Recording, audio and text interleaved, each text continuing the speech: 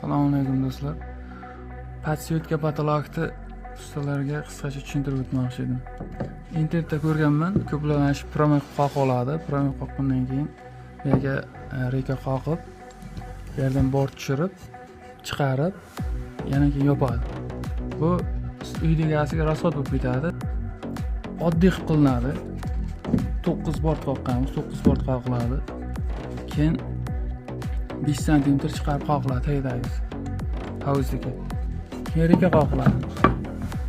Mana shu holatda. Reka qoqiladi, keyin 6 bort qoqiladi.